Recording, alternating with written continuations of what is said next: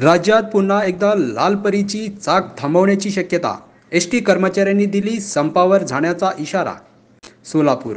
राज्यातील एसटी कर्मचारी पुन्हा एकदा संपावर जाण्याचे संकेत देण्यात आले असून शासकीय कर्मचाऱ्यांप्रमाणे एसटी कर्मचाऱ्यांना वेतनवाढीसह इतर प्रलंबित मागण्या पूर्ण करण्यासाठी एसटी कर्मचाऱ्यांनी पुन्हा एकदा आंदोलन इशारा दिलाय. या आंदोलनात राज्यभरातील 13 एसटी कर्मचाऱ्यांच्या संघटना सहभागी होणार असून पुन्हा एकदा राज्यातील लालपरीचा चाक थांबवण्याची शक्यता आहे. राज्य परिवहन महामंडळ प्रशासनाने देहवेतन वेळेत न दिल्याने आधीच एसटी कर्मचाऱ्यांमध्ये नाराजी पसरली होती. बजेट प्रोव्हिजन नसल्याचे सांगत वेतन देण्यास विलंब आल्याने एसटी कर्मचाऱ्यांना महिनाभर हक्काचे वेतन मिळाले नाही. परिणामी आता पुन्हा एकदा एसटी कर्मचाऱ्यांनी संपावर जाण्याचा इशारा दिला आहे. काय आहेत एसटी कर्मचाऱ्यांच्या मागण्या? एसटी कर्मचाऱ्यांनाही वेतन देण्यात यावे. दुसरा, कामगार कराराच्या तरतुदीनुसार शासकीय कर्मचाऱ्यांना देय होणारा थकबाकी महागाई भत्ता द्यावा. तिसरा, घरभाडे भत्ता व वार्षिक वेतन वाढ थकबाकी द्यावी. 4.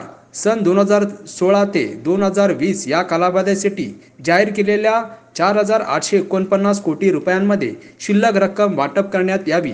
5. सर्व कामगारांच्या मूळ वेतनात सरसकट 5,000 रुपयांची वाढ करावी. वेतनवाढीसह इतर मागण्या पूर्ण करण्यासाठी आता राज्यभरातील एसटी कर्मचारी आक्रमक झाले असून 9 ऑगस्ट रोजी या मागण्यांसाठी ते संपावर जाणार आहेत.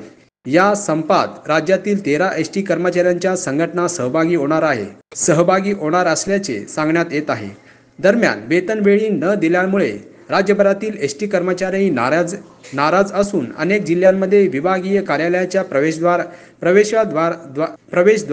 प्रवेशद्वारावर कर्मचाऱ्यांनी निदर्शनं केल्याचेही दिसून आले होते. त्यामुळे ऐन सणासुदीच्या काळात लालपरीची चाके थांबवण्याची शक्यता आहे. दीर्घकालीन संपानंतर एसटीला खर्चाला कमी पडणारा रक्कम सलग 4 वर्षे देण्याचा ठराव मंत्रिमंडळात बैठकीत मंजूर करण्यात आला. त्यानंतर एप्रिल 2023 मध्ये शासन निर्णय परिपत्रक प्रसारित करण्यात आले. मात्र ते 31 मार्च 2024 पर्यंत म्हणजेच 1 वर्ष करता काढण्यात आले. या एक वर्षासाठी परिपत्रक काढल्यानंतर सुद्धा खर्चाला कमी पडणारी रक्कम फक्त 3 महिने देण्यात आली. त्यानंतर फक्त एसटीला देय असलेली सवलत मूल्य रक्कम देण्यात आली आहे आणि त्यातूनच वेतन देण्यात आले आहे. वेतनाला व खर्चाला कमी पडणारा रक्कम कधीच सरकारने दिले नाही. मंत्रिमंडळात बैठकी 4 वर्षे अर्थसहाय्य देण्याचे ठरले असताना फक्त 1 वर्षाचे परिपत्रक काढणे व त्यानंतर सन 2024-25 या 1 आर्थिक वर्षासाठी अर्थसंकल्पात सवलत मूल्यापोटी देय असलेली 700 कोटी रुपयांची रक्कम तरतूद करणे ही बनवाबनवी असून तरतूद करण्यात आलेल्या रकमांपैकी आता फक्त 17 कोटी रुपये इतकी रक्कम शासनाकडे बाकी आहे. त्यातून या महिन्याचे वेतन होणे शक्य नाही. त्यामुळे शासन एसटी कर्मचाऱ्यांच्या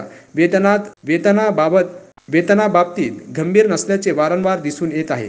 असा आरोपही कास्ट्राईब राज्य परिवहन कर्मचारी संघटनेच्या सोलापूरचे विभाग सरचिटणीस राजाभाऊ सोनकांबळे यांनी केला आहे.